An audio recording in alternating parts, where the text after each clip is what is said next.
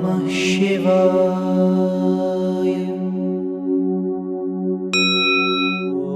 Om Namah Shivaya. Hari Om. Devaha.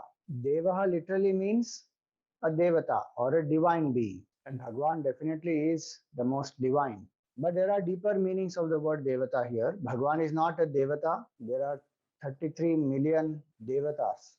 The Lord of all of them is Lord Shiva. So he's not one of the 33 million.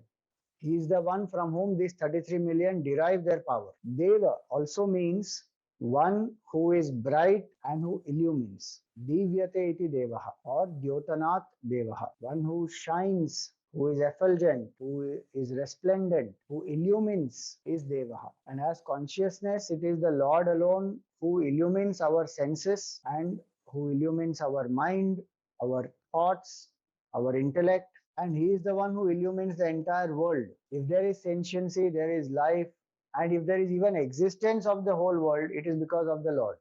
The third meaning of Deva is one who sports or who plays, and Lord Shiva is the one for whom the entire creation itself is a sport. In the Brahma Sutras, it is said, Lokavattu Leela Kaivalyam. And there are the Panchakrityas, the five special actions that the Lord does: creation, sustenance, destruction, veiling, and showering grace. Drishti, Sthiti, Laya, Tirobhava, and Anugraha. Only the Lord can do these five. Other devatas can only play a part in these five. They cannot do by themselves any of these five. But the Lord is the one who does all the five, and just like a sport, without any effort, effortlessly, he does it, and hence he is Devaha. The fourth meaning of Deva is one who rules completely, who has no other ruler or leader above him. In the Vedas, the Lord is praised as Sarvadhipatyam Kurute Mahatma. This great Lord controls everything and everyone. We may like to believe, no, I am not under his control.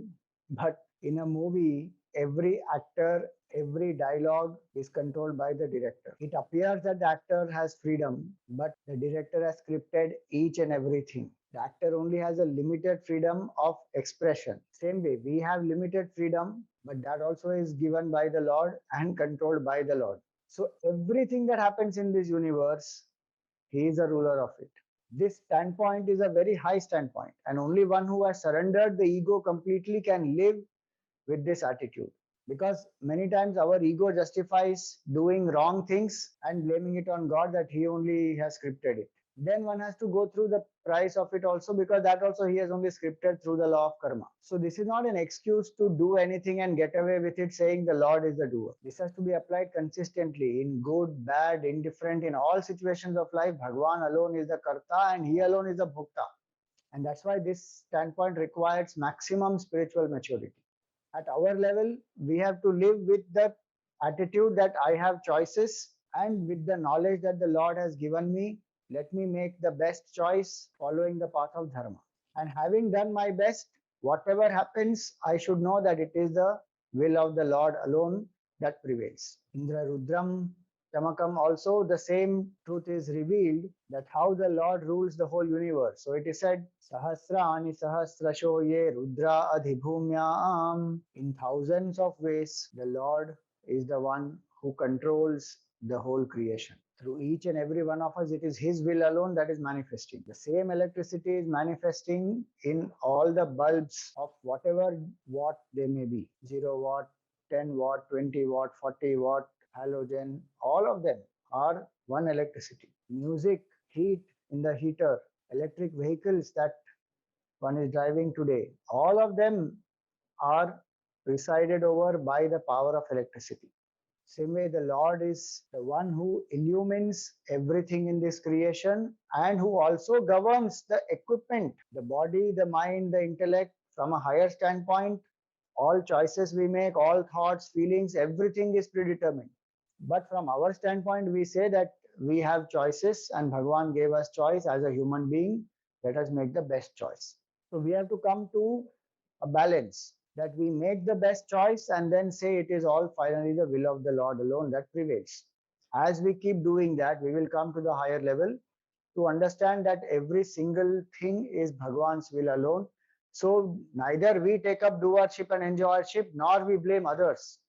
That is the implication of the word Devaha, one who is the controller of everything. In the Vedas, this name is again praised. Ye Deva Deva Divishadastha Tebhyo vo Deva Devebhyo Namaha. To that Lord who lives in the higher worlds, in the higher planes of consciousness, to that supreme illumining factor, we prostrate. And that same Lord pervades the space, the earth, the waters, everywhere. So the Vedas praise the Lord as the illuminer of the whole creation, and to him our salutations. May we recognize that Devaha, that Supreme Lord who illumines everything, is the Lord who is illumining this equipment also. And in fact, we are one with that Lord. We also are Devaha. May we realize this with the grace of Lord Shiva.